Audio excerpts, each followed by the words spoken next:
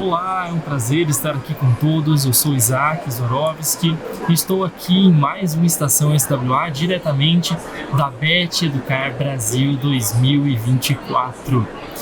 E para nos auxiliar aqui hoje falando de um tema extremamente importante, que é a importância dos ambientes virtuais na educação à distância, nós temos uma convidada especial, a Luzana Veríssimo, que é formada em licenciatura em computação, pós-graduada em educação à distância e em gestão educacional, além de ser perita digital e documentoscopista. É isso mesmo? Falei certo? Isso mesmo. Que legal! São muitos anos aí de experiência, já ajudou na implantação de ambientes virtuais de aprendizagem por todo o Brasil. Luzana, seja muito bem-vinda, é um prazer recebê-la aqui também para falar sobre esse tema.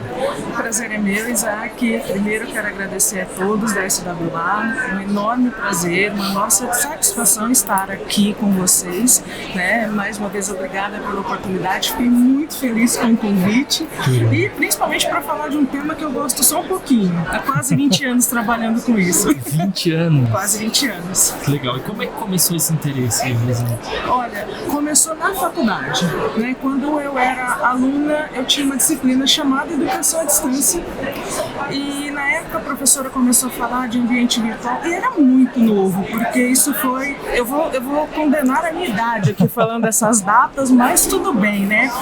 Foi lá em 2005, então estava bem no comecinho e eu me encantei com aquilo.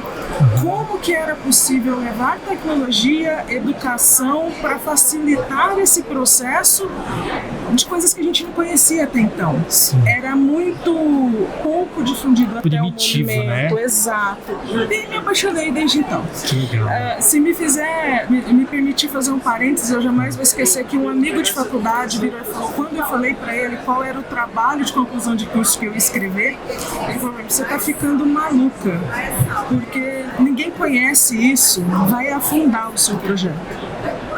Nós somos amigos até hoje, tá? Somos muito amigos até hoje e todas as vezes que nos encontramos ele fala assim, por que eu não pensei nisso antes?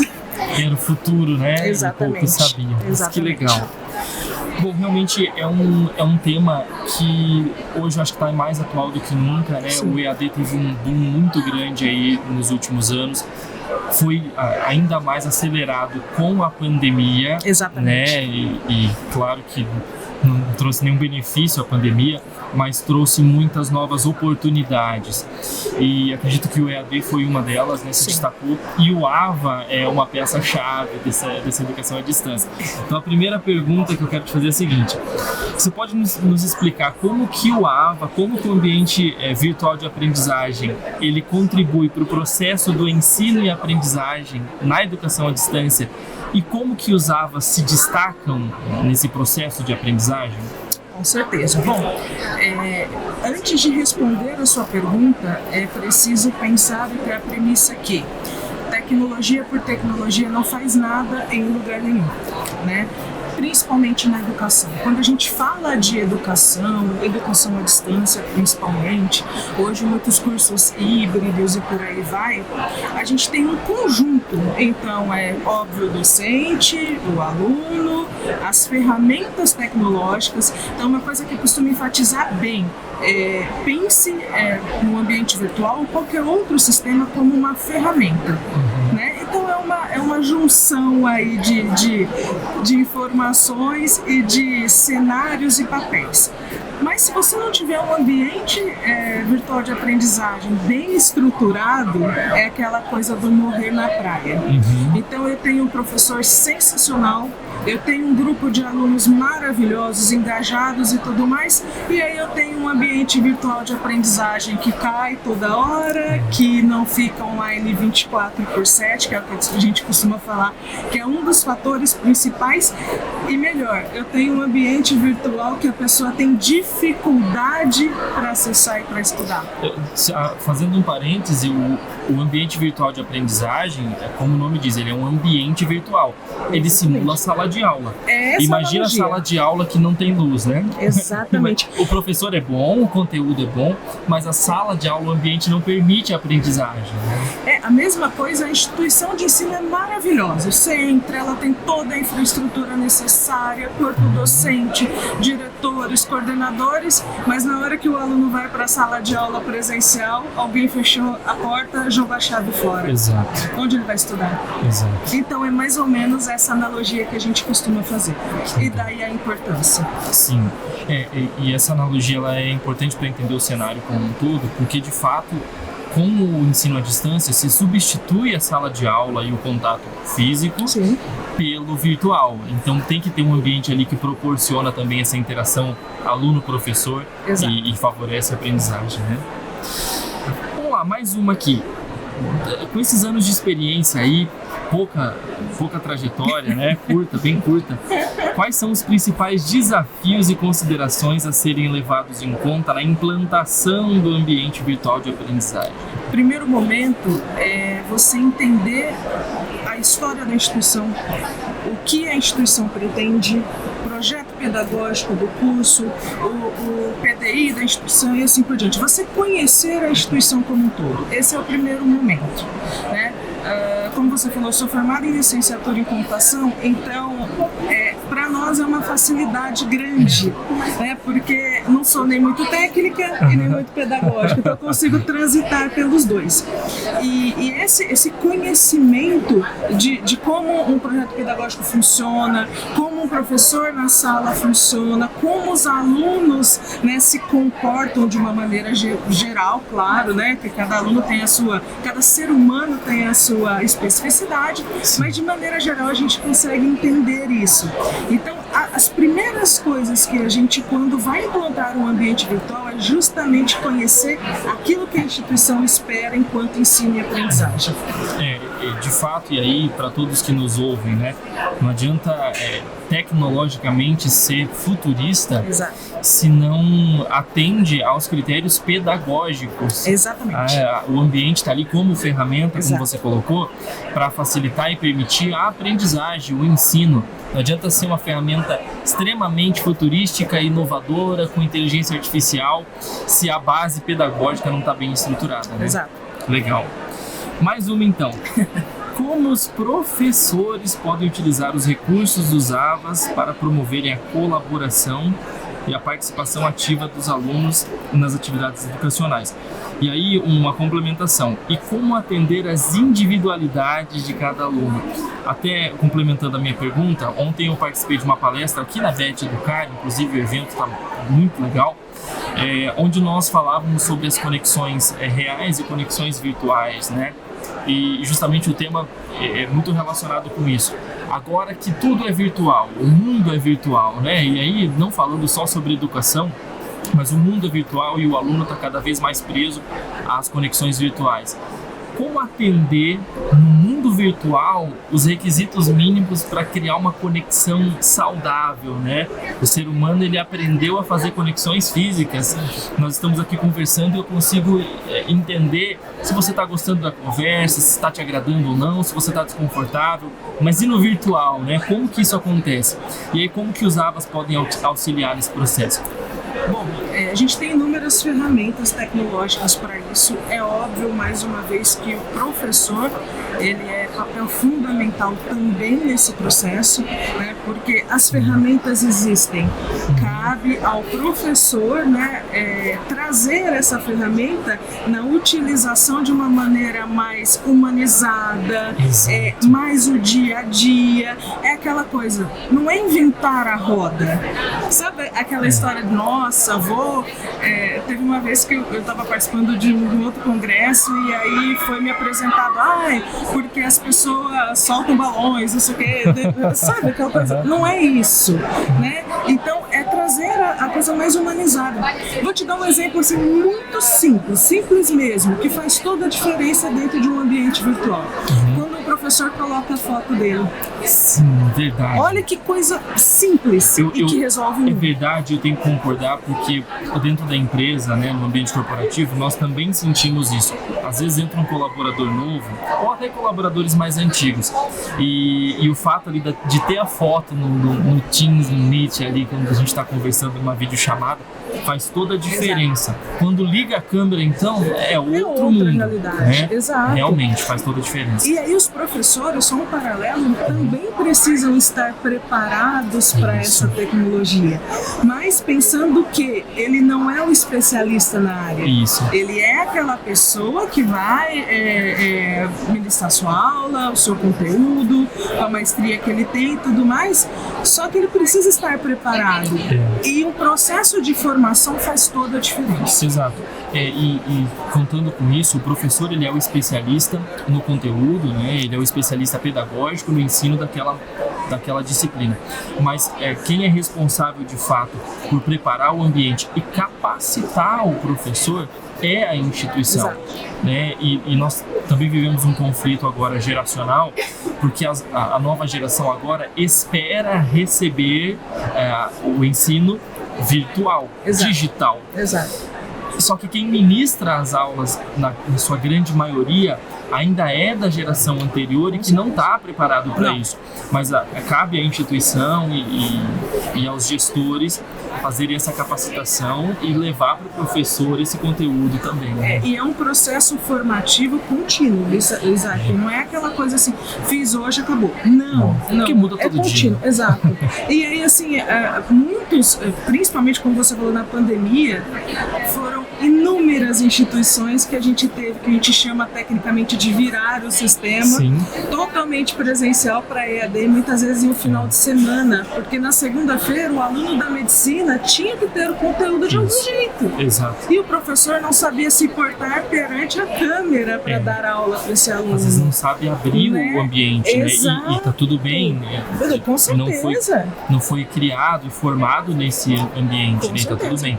Mas esse desafio ele existe tanto para o ensino superior, mas principalmente para o ensino básico, né? Acho que o desafio é ainda maior, porque o ensino superior ele ainda conta com um bônus, né? O professor ele tem uma colher de chá, que na maioria das vezes, a atenção do aluno, né? Então, o aluno, atenção não, o interesse do aluno, né? O aluno ele quer estar ali naquele momento.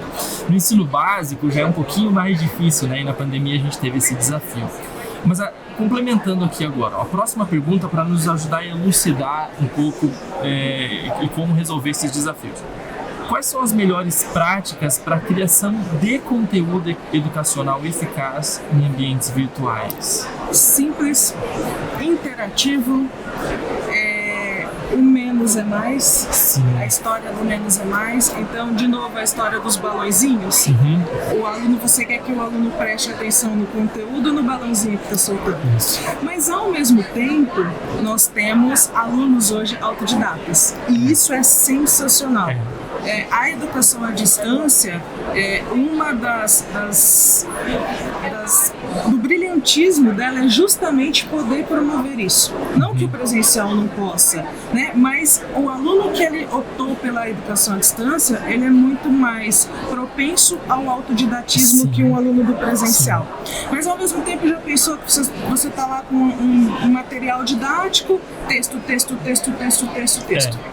Né? Então, assim, interativo, mas interativo de uma maneira simples. Nada aquela interatividade que você tem, instala um software, instala outro, para funcionar. Sim. Sabe? A coisa tem que ser prática. Bonita, gostosa de ler, gostosa de entender.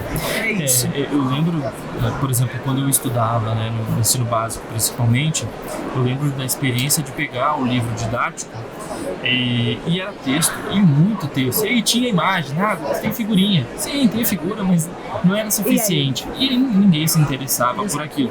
E isso é uma realidade do livro didático e também é uma realidade agora dos ambientes virtuais. Né? Precisa engajar, precisa ter atenção. E o que gera atenção? Algo simples. Exato. Né? É aquilo que é rápido. Simples e direto. Simples e direto. E isso é uma sacada muito legal das redes sociais. Sim, com certeza. A rede social trouxe tudo à mão. Exato. O Shorts, né? O Story, a 1 minuto. Esse é o tempo de atenção que você vai conseguir. Mais do que isso, não vai ser efetivo para aquele ambiente. No ambiente virtual de aprendizagem, que eu imagino, também não dá para fazer lá a aula de 40 minutos e lançar. tem que ser mais curto, tem que ser mais direcionado, e aí dá sim material de apoio, né? Exato. Faz sentido o que eu tô falando? Todo sentido. Tanto é que há um tempo atrás era muito popular a questão da videoaula, do vídeo, da videoaula, porque precisa ter videoaula. E aí eu sou da época da educação à distância e que, olha que feio, que feio de novo com a questão da idade, né? Mas é só uma brincadeira, gente, eu não tenho problema nenhum com a minha idade. Mas eu auxiliei na transmissão da primeira aula via satélite do estado de São Paulo. Que legal, que legal. E era uma outra realidade. Então, assim, os alunos tinham 4 horas de aula por noite ao vivo, né? Que era muito cansativo. Sim, só que para aquele momento era o que mais inovador. E prendia atenção talvez pela inovação, Com né? Pela certeza. novidade. Né? E aí o que acontece? A partir de então eu comecei a ficar muito curiosa, porque eu sou uma pessoa que me disperso muito fácil. Uhum. Então, assim, se demorou muito, eu já tô pensando lá na frente. E aí eu não me dava bem. Eu falava assim, gente, como que eu vou conseguir assistir uma aula dessa? Eu nunca vou conseguir estudar nada à distância. Sim. E foi através desses estudos, claro, com professores, mentores, né, porque ainda era estudante, foi que a gente começou a perceber que uma videoaula efetiva não pode passar de 15 minutos. Que legal, olha só. Não pode passar disso. E faz todo sentido, tá bem balizado com um estudo que nós tivemos acesso recentemente, de que o tempo máximo de atenção de um estudante até ali os seus 20 e poucos anos, né? O tempo máximo de atenção é de 8 a 12 minutos. Exatamente. 8 a 12. Mais do que isso, ele vai fechar o vídeo e ele vai para outro lugar. Ou então, sabe o que ele vai fazer? Um detalhe. Nos ambientes virtuais que a nossa empresa disponibiliza, implanta, ele vai cair a conexão antes. Mas sabe o que acontece muito? Do aluno ir lá, dar o play e fazer qualquer outra coisa e voltar. Achando que vai marcar a presença, a conclusão, qualquer coisa desse tipo. Exato. Né? Então, assim, tem essas coisas também. E aí, o que ele aprendeu? O foco principal era o processo de ensino e aprendizagem. Exato. O que ele aprendeu? Nada. E também acontece, às vezes, a instituição colocar um limite, né? Então, um bloqueio. Se o aluno sair, então, e for fazer outra coisa, bloqueia a aula, por exemplo. Resolve, acredito, na minha opinião, resolve em partes. Você está forçando o aluno a assistir o vídeo. Exato. Mas o que isso contribui para o processo de aprendizagem é questionável, né? Vamos lá, vamos avançar. Quais são os critérios mais importantes a serem considerados na escolha de uma plataforma de ambiente virtual de instituição de aprendizagem para a instituição de ensino? Bom, primeiro, uma plataforma que seja fácil, como eu já falei, fácil no seu processo de utilização, mas que ela seja um ambiente virtual bem implantado, independente do ambiente virtual que a instituição for escolher. Certo. Né? Ela não pode ser um dificultador, muito pelo contrário, ela tem que ser um facilitador. E aí eu cito alguns pontos principais: acessibilidade. Então, uma plataforma acessível, com um avatar de Libras, com a possibilidade de leitura de tela, com a possibilidade de aumento de contraste, resolução de contraste, sabe? Com uma plataforma que permita, inclusive, você conseguir mudar uma fonte para pessoas com dislexia. Sim, exato. Né? Muito legal. E aí nós do Grupo SWA nos preocupamos muito com isso. Inclusive lançamos aqui, fazer o merchan, né? Lançamos aí recentemente a nossa ferramenta de acessibilidade para todos os portais de ECAD, que tem todas essas soluções, inclusive para dislexia. Mas isso também é importante no AVA, né? O aluno Sim, vai passar grande parte do tempo ali. É fundamental. Sabe por quê, Isaac? Muitos alunos desistem pela dificuldade das suas necessidades especiais. E novamente, assim, não é a dificuldade pela necessidade, mas pelo recurso que não é disponibilizado para ele. Exato. Né? E por que não? Né? Ele é uma pessoa como qualquer outra. Exato. Não é não é um desafio bom, né? Não. Desafiar o aluno é bom, ele vai se sentir motivado, mas não desse jeito. Exato. Né? Um outro ponto que eu gosto bastante de citar, responsividade. Então, assim, nosso aluno, nosso professor, ele está em qualquer lugar a todo momento. Exato. A gente está com o celular na mão a todo momento. Isso. E aí, de novo, por que o lugar onde eu estudo eu vou ter um dificultador para acessar? Exato. E mais um ponto muito importante, claro, além das questões pedagógicas que eu já mencionei anteriormente, segurança da informação. Sim. Afinal de contas, eu não poderia deixar de falar isso sendo uma perita digital e uma documentoscopista. É o que eu ia falar agora. Cada um puxa a sardinha para o seu lado e esse daí é importante. Nós tivemos aí há alguns anos, né, a implementação da LGPD. Lei Geral de Proteção de Dados. E isso foi um marco, né? Sim. Um marco digital para a internet aí no Brasil. E aí a GDPR para a Europa. Exato. Avançando aqui, como os ambientes virtuais podem ser integrados com outras ferramentas tecnológicas para otimizar o processo de ensino e aprendizagem? Um ecossistema, como criar? Exato. Primeiro que assim, antes de falar dessa importância e como eles podem, procurem sempre sistemas para a sua instituição de ensino que possam ser integrados. Sim. Tá? Não vou puxar sardinha, mas já puxando, não tem como. A gente já fez inúmeras implantações, inclusive com o JACAD, que é o sistema acadêmico da SWA. E isso é um ganho para a instituição gigantesco. É um ganho de segurança da informação, é um ganho de rapidez, facilidade desse uso da informação e principalmente, não principalmente, né, mas muito considerável, o ganho quando a gente fala de equipe.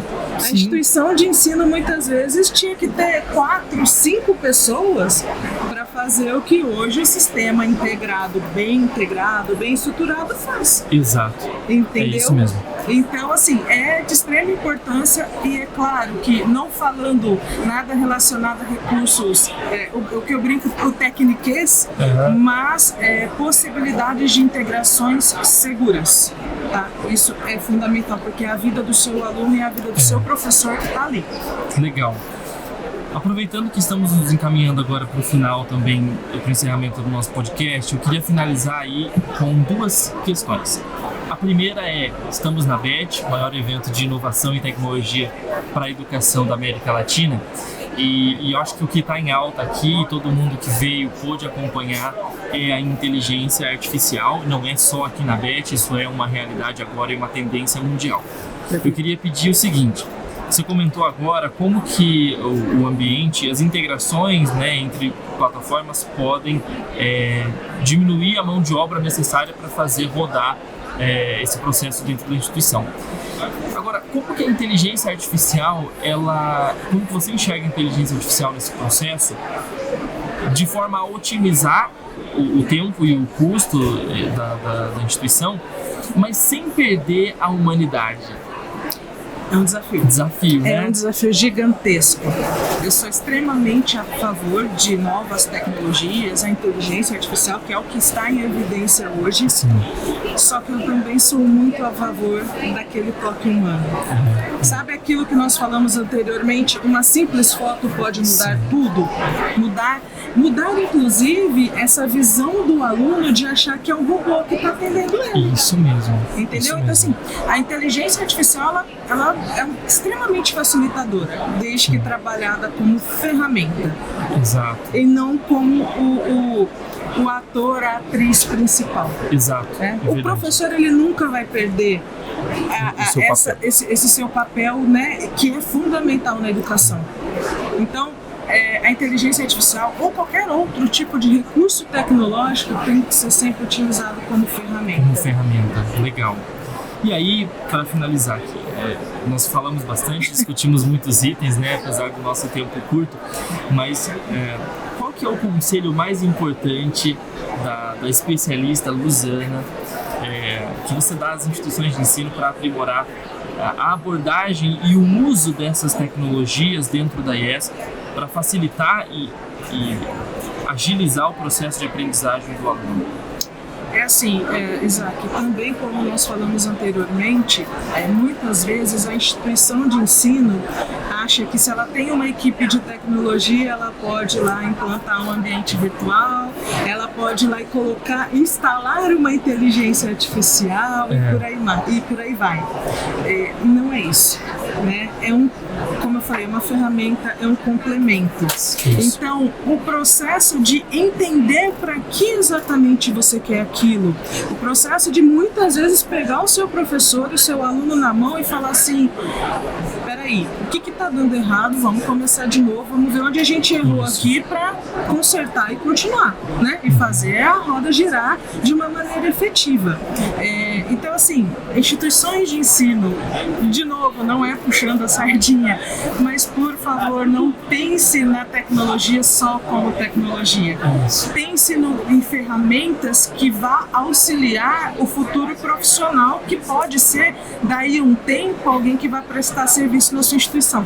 Exato. Ou ainda, né, eu sempre gosto de usar esse exemplo, ele vai ser o seu médico, ele vai ser o engenheiro. Exato, né? exato. E não que as outras profissões não sejam importantes, mas essas têm um nível de criticidade quanto a erros muito grande. É fato. Então, é muito importante. Gente, chegamos aí ao final, encerramento do nosso podcast hoje, Estação SWA. Aqui dentro da ABET Brasil 2024, um evento realmente incrível, muitas inovações. Podemos observar aqui muitas startups, inclusive, trazendo muitas novidades aí para o mercado, e a SWA participa desse evento com um olhar justamente para o futuro, entendendo como isso pode nos auxiliar, inclusive sobre o tema de hoje, que é os ambientes virtuais de aprendizagem.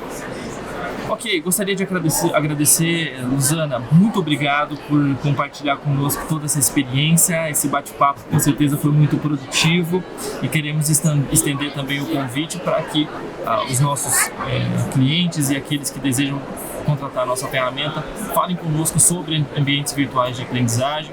Com certeza a Luzana vai estar envolvida também. Luzana. Isaac, eu que agradeço, assim, foi literalmente um bate-papo muito gostoso. Legal. Como eu falei, se deixar a gente fica aqui, eu pelo menos fico horas e horas falando, mas assim, obrigada por me deixar tão à vontade em falar realmente aquilo que eu acredito, é o que eu falo sempre, pode não ser o certo, mas a gente sempre caminha para o mais correto possível, né? Quero também agradecer a SWA por mais uma vez pelo convite, pela oportunidade e me colocar à disposição para o que vocês precisarem sempre. Com certeza, Obrigada, nós que agradecemos. Se esse episódio foi útil para você, não se esqueça de compartilhar com os seus colegas de profissão, nos seguir nas redes sociais, e assim você fica por dentro de todas as novidades que acontecem dentro do grupo SWA. Muito obrigado a todos e até mais!